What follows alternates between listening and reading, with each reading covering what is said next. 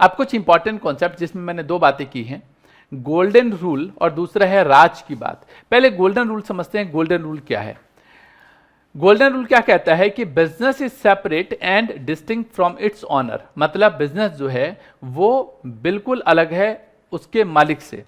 मतलब मान लो ये रामलाल का स्टोर है, ये इसका मालिक है, इसमें रोज सेल परचेज होती है। अब मान लो इसके यहाँ पे एक गिरधारी लाल पहुंच जाते हैं एक दिन, कहता और भाई क्या हाल चाल? कहता बहुत बढ़िया भाई, बहुत दिनों बाद मिले हो, आओ बैठो। कुर्सी पे बिठाता है, पानी वानी मंगवाता है, ठंडा पिलाता है उसको। और इसी दौरान याद आता है गिरधारी लाल को कि अरे यार बहुत दिन बाद मिला हूं, लेकिन मुझे याद आया कि बीबी ने कहा था कुछ सामान लेके आने को, तो ये सामान की लिस्ट है, जरा यार अपनी दुकान से निकाल दे। कहाँ दूर जाऊंगा लेने?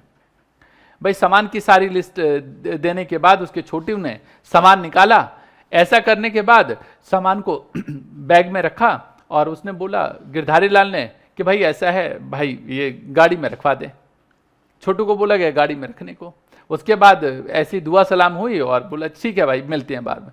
तो मतलब रामलाल की आंखें फटी की फटी रह गई। यार एक तो इतने दिन बाद मिला है, समझ में आता है, लेकिन ये सीधा चलता बना, कोई मतलब नहीं है, मतलब कंजूस है क्या, पैसे देने को राजी नहीं। उसने बोला गिरधारी लाल भाई ठीक है हम स्कूल में पढ़े हैं एक साथ, लेकिन पैसे तो देता जा। तो यार पैसे?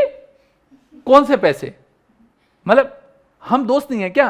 अरे दोस्त है यार, लेकिन इसका मतलब थोड़ा ना कि पैसे नहीं दोगे। उसने कहा यार तो मतलब दोस्ती के नाम पे इतना भी नहीं कर सकता। कहता यार 2000 का सामान ले लिया तूने, और मतलब तेरे को एक बात बताऊं बोलूं कि घोड़ा अगर घास से दोस्ती करेगा तो खाएगा क्या? बात भी सही है, घोड़ा अगर घास से दोस्ती करेगा तो खाएगा क्या? तो उसको बात समझ में, कहता अच्छा ठीक है भाई देता हूं, ठीक है ले अपने पैसे ले। 2000 का निकाला और दे दिया उसको। अब यहां तक तो बात समझ में आ गई। कहने का मतलब यह है कि अगर बिजनेसमैन बिजनेस से अलग हट के काम नहीं करेगा तो एक दिन ऐसी दोस्त यारों में लुटाता फिरेगा। एक कभी गिरधारी लाल आएगा, कभी उसका कोई और दोस्त आएगा, कभी ससुराल वाले आएंगे, कभी पड़ोसी आएंगे, कभी कोई आएगा, देता फिरेगा। उसका बिजनेस ना चलने वाला। एक दिन ऐसा आएगा जो उसने पैसा लगाया होगा ना, वो भी ना निकलेगा उसके बिजनेस से। बात भी सही है। तो इसलिए पूरे बिजनेस को किसके व्यू पॉइंट से सोचना है? बिजनेस के व्यू पॉइंट से सोचना है, ना कि बिजनेसमैन के। तो एक बात बता रहा हूं, उसको अच्छी तरीके से समझना, वो ये कि ट्रांजैक्शन जितने भी होंगे, क्योंकि आप सभी अकाउंटेंट हो, तो आप सभी सोच के चलेंगे कि जितने भी ट्रांजैक्शन हैं वो किसके व्यू पॉइंट से, किसके आंखों के हिसाब से देखोगे? बिजनेस के व्यू पॉइंट से। बिजनेसमैन ने पैसे निकाला तो देखोगे बिजनेस के ऊपर क्या इंपैक्ट पड़ा। बिजनेसमैन ने कुछ भी किया उसको सेपरेट रखो, आप देखो बिजनेस के ऊपर क्या इंपैक्ट पड़ेगा। हर एक ट्रांजैक्शन को बिजनेस के व्यू पॉइंट से सोचना है। पहली इंपॉर्टेंट बात, यहीं से दुखड़े चालू हो जाते हैं लोगों के। जब ये चीज नहीं पता होती ना, फिर 10 कंफ्यूजन अराइज हो जाती है। यहीं से समझना है। जैसे रामलाल ने 1 लाख रुपए बिजनेस में लगाया, रामलाल ने 1 लाख रुपए बिजनेस में लगाया, तो जो 1 लाख रुपए है वो बिजनेस के लिए पैसा आना हो गया। भाई बिजनेस के लिए तो पैसा आ गया, लेकिन दूसरा बिजनेस के ऊपर कर चढ़ गया 1 लाख रुपए का कैपिटल का, क्योंकि कैपिटल एक तरीके की लायबिलिटी होती है। ये पैसा बिजनेस चुकाएगा किसको? बिजनेसमैन को। ओके, तो यहां पे बिजनेस के व्यू पॉइंट से सोचना है। और दूसरी बात जो राज की बात है वो समझने वाली है, वो ये कि बिजनेस हम पैसों के लिए करते हैं, मेन प्रॉफिट अर्न करने के लिए, लेकिन इस प्रॉफिट को अर्न करने के लिए आपको खर्चे भी करने पड़ेंगे। सामान बेचना पड़ेगा या सर्विस देनी पड़ेगी। दो ही तरीके के काम होते हैं। चोरी डकैती से तो बिजनेस ना होता कि भाई चलो दोनों चालू करते हैं, किडनैपिंग का बिजनेस चालू करेंगे और फिरौती मांगेंगे। ये तो इलीगल बिजनेस हो गया, है ना। बिजनेस कैसे होता है? चलो भाई कोई दुकान खोलेंगे, कोई सामान बेचने का काम करेंगे या कोई सर्विस देंगे। सर्विस जैसे कि मान लो टीचिंग की सर्विस हो गई, या डॉक्टर अपनी सर्विसेज देता है, या बीमा कंपनी सर्विसेज देती है, इस तरीके की सर्विसेज की बात कर रहा हूं मैं। तो जो प्रॉफिट है, इस प्रॉफिट से या एक्सपेंस से या रेवेन्यू से कैपिटल पे बहुत बड़ा इंपैक्ट पड़ता है। किस तरीके से वो अभी डिस्कस करेंगे, बट गोल्डन रूल ये कहता है, ध्यान से समझना, जितने भी लॉसेस होते हैं, जितने भी एक्सपेंसेस होते हैं, जितनी भी ड्राइंग्स हैं, ड्राइंग मतलब जो पैसा बिजनेसमैन बिजनेस से अपने पर्सनल एक्सपेंस को बियर करने के लिए निकालता है उसको बोलते हैं। और प्रॉफिट, इनकम और कैपिटल, इनसे कैपिटल बढ़ जाती है, इनसे कैपिटल घट जाती है। लॉस, एक्सपेंस, ड्राइंग, कैपिटल घट जाती है, प्रॉफिट, इनकम, गेन, कैपिटल बढ़ जाती है। ओके, यहां पे एक चीज समझाई है मैंने। मान लो ये बाप है, ये बेटा यह है विजयलाल।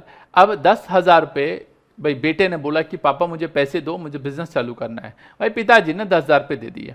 अब ये जाता है एक दुकान पे, वहां से 10,000 रुपये का पुराना कंप्यूटर खरीद के लेके आता है, उसको थोड़ा सा साफ सफाई कराता है और 2,000 रुपये उसमें छोटी मोटी चीजें रिपेयर करके उसको 16,000 में बेच देता है।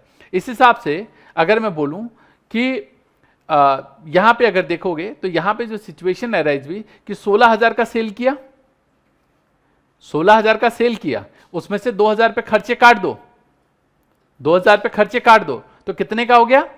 14,000 का, है ना। और लगाया कितना था उसने पैसा? 10,000, 4,000 का प्रॉफिट हो गया सीधा सीधा। लेकिन अगर हम बात करें सही मायने में तो 10,000 को बढ़ा के उसने 14,000 कर लिया। मतलब उसका प्रॉफिट, जो उसका कैपिटल है, वो लगा हुआ पैसा जो है वो बढ़ के 14,000 हो गया। पहले था 10,000, 2,000 रिपेयर का लगा के 16,000 में बेच दिया, 16,000 रेवेन्यू आया, इसमें से 2,000 रिपेयर का खर्चा काटेंगे, 14,000 बचेगा। 14,000 आज की डेट में उसकी कैपिटल, मतलब कैपिटल 10,000 वाली बढ़ के 14,000 हो गई है। तो कैपिटल पे इंपैक्ट का बहुत ध्यान रखना है कि जितने भी आइटम बताया, जैसे loss, expense, drawing, profit, income, gain, इन सब का कैपिटल पे इंपैक्ट पड़ता है। किससे बढ़ता है, किससे घटता है, लिख दिया है, ये आपको याद करना है। क्या करना है जी? आपको याद करना है।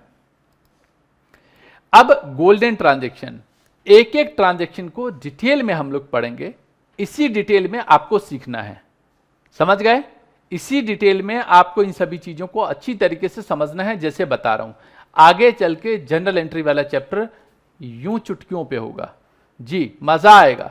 और नहीं तो पूरे साल रोना धोना होता बच्चों का, सर जनरल एंट्री है, हाय राम, हाथ पैर फूल जाते हैं। अच्छे से अच्छे अकाउंटेंट की हालत खराब हो जाती है जब कोई टिपिकल जनरल एंट्री आ जाती, समझ नहीं आता क्या एंट्री करनी चाहिए। यहां पे उसका बेनिफिट होगा। तो गोल्डन ट्रांजैक्शन क्या कहता है? रामलाल ने बिजनेस में 1 लाख रुपए लगाया, बिजनेस के ऊपर क्या इंपैक्ट पड़ेगा? बिजनेस के ऊपर 1 लाख रुपए का कैश आ गया, 1 लाख का क्या हो गया? कैश आ गया, है ना जी। दूसरा, 1 लाख रुपए की कैपिटल आ गई। क्या आ गई जी? 1 लाख रुपए की कैपिटल। ध्यान से समझना, 1 लाख का कैश आ गया बिजनेस के ऊपर, बिजनेस के व्यू पॉइंट से सोचना है। और कैपिटल आ गई कितने की? 1 लाख की। बिजनेस के ऊपर कर्ज हो गया। अब इसमें से सोचा यार कि 10,000 रुपए का ना, 10,000 रुपए का फर्नीचर खरीद लेते हैं। तो 10,000 का फर्नीचर खरीदा तो 10,000 रुपए कैश से चला गया और फर्नीचर आ गया। तो देखो 10,000 यहां से गया तो 90,000 बचा और फर्नीचर आ गया। अब इसने क्या किया, कहीं से इसको सामान खरीदना था, वहां से 25,000 का सामान उधार पे खरीद लिया। उधार पे खरीदा तो देखो यहां पे स्टॉक आ गया 25,000 का, और 25,000 का ही कर चढ़ गया क्योंकि पैसे अभी दिए नहीं है। ये स्टोरी समझ में आई? 1 लाख से अगर बिजनेस चालू करता है तो बिजनेस का इंपैक्ट ध्यान से देखो। 1 लाख से अगर बिजनेस चालू करता है, यहां पे ये देखो, ये जो पहले से लिखा हुआ है, चलो मैं इसको दोबारा यहां पे साइड में एक बार बता दूं ताकि और अच्छे से समझ में आ जाए। चलो एक बार और बता देता हूं। वैसे कई बार क्या होता है, कुछ बच्चों को लगता है कि सर ये क्या बता रहे हो, तो कई बार वो इमेजिनेशन नहीं कर पाते एग्जैक्टली। जैसे अभी मिटा दूंगा इसको मैं। देखो जैसे मैंने अभी बोला कि ये हमारी एसेट साइड है और दूसरी साइड हमारी कौन सी है? Liability side. ये हमारी क्या है? लायबिलिटीज। और ये कौन सी साइड है? एसेट्स। बिजनेस में 1 लाख रुपए लगाएंगे तो बिजनेस में क्या आ जाएगा? कैश आ जाएगा 1 लाख, और दूसरा कैपिटल आ जाएगा 1 लाख। मैंने कहा कि अगर 10,000 का फर्नीचर खरीद लेगा तो ये 10,000 खत्म हो जाएगा इससे, और कितना बचेगा कैश में? लेकिन फर्नीचर तो आ जाएगा इसके पास, कितने का? 10,000 का। फिर इसने उधार पे कुछ सामान खरीद लिया 25,000 का। तो सामान खरीदेगा तो स्टॉक होता है, मैंने आपको पीछे बताया है, स्टॉक हमारी एसेट होती है। एसेट होती है तो किस साइड लोगे आप जानते हो। तो 25,000 पे हमारे पास स्टॉक के रूप में आ गया, 25,000 का स्टॉक आ गया। दूसरा, क्या पैसे दिए? नहीं दिए। देंगे? हाँ देंगे। कब देंगे? बाद में। मतलब हमने उधार पे खरीदा। जिससे हम उधार पे खरीदते हैं उसको बोलते हैं क्रेडिटर। कितने का हो गया? 25,000 का। आप दोनों साइड का टोटल करना, 1,25,000 यहां पे और 1,25,000 यहां पे। ये जो 90,000 है और 10,000 ये दोनों जोड़ के इसके कैपिटल के बराबर आ जाएगा, और ये 25,000 का स्टॉक जो पड़ा है वो कर्जों से लिया गया 25,000। है क्लियर? हर चीज का दो इंपैक्ट होगा, वो पीछे भी हमने पढ़ा है।